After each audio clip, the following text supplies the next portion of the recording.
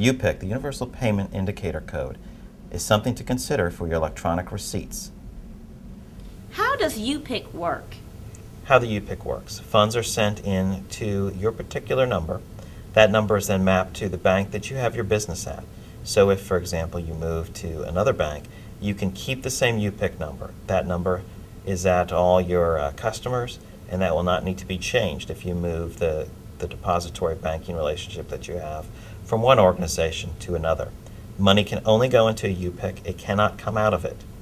And similar to the illustration, you can see money checks in, but it cannot check out, just like the hotel that you see below. Why are electronic payments so beneficial? Well, electronic payments are far more efficient in almost every way than paper payments. And I know this is hard for those people who have spent their careers who are very interested in paper payments, but it's simply the case that they're far more efficient, they're less costly, they're less susceptible to fraud, they're less susceptible to errors, so they help the process, they help the management of cash, they help the management of working capital, and they help an organization forecast far more efficiently and more effectively.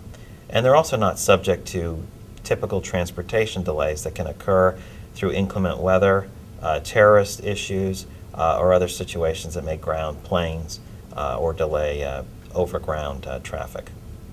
One of the best benefits about electronic transactions is that electronic transactions remove more float out of the equation, out of the cash conversion cycle, than do paper. This is good for almost all organizations. He totally rented this conference room. What was he thinking? What are the pros and cons of electronic payments?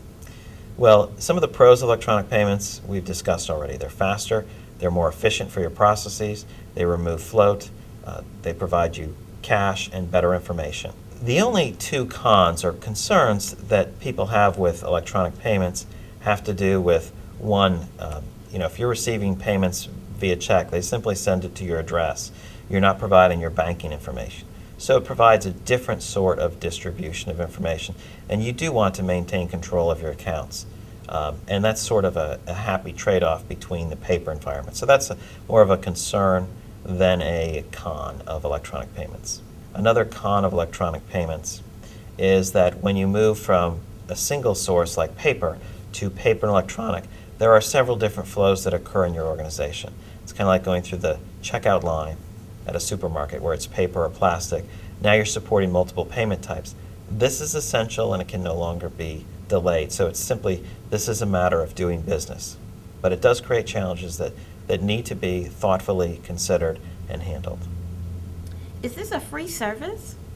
Well, UPIC is typically not a free service. The bank charges a fairly minor amount for large organizations, and it may be a little bit costly for some of the smaller organizations.